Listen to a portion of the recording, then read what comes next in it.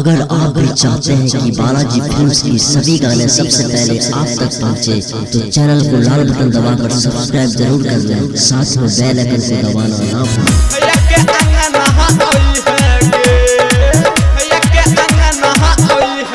Balaji recording studio लोकहा बाजार सुपौल।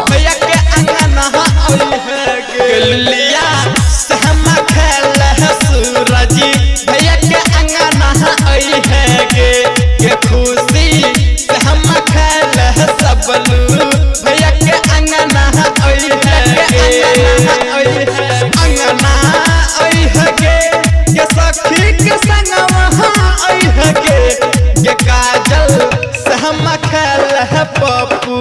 भैया के अंगना आई है गे जुलिया से हम खेल है रबिसी भैया के अंगना आई है गे भैया के अंगना आई है गे भैया के अंगना आई है गे। बालाजी रिकॉर्डिंग स्टूडियो लोकहा बाजार सुपौल। भैया के अंगना आई है गे तकरी है सहथी संग है मिल के तैयारी ओई है श्यामा खेलैया गारी के रनिया ये है या गहरी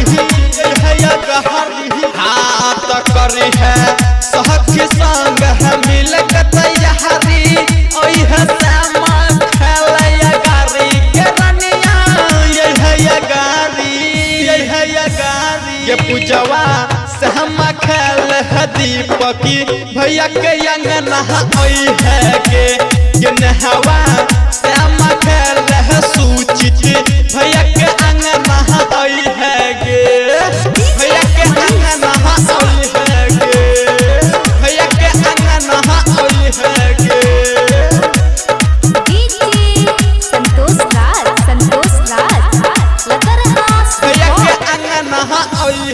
दौरा में डाली है दुबही धान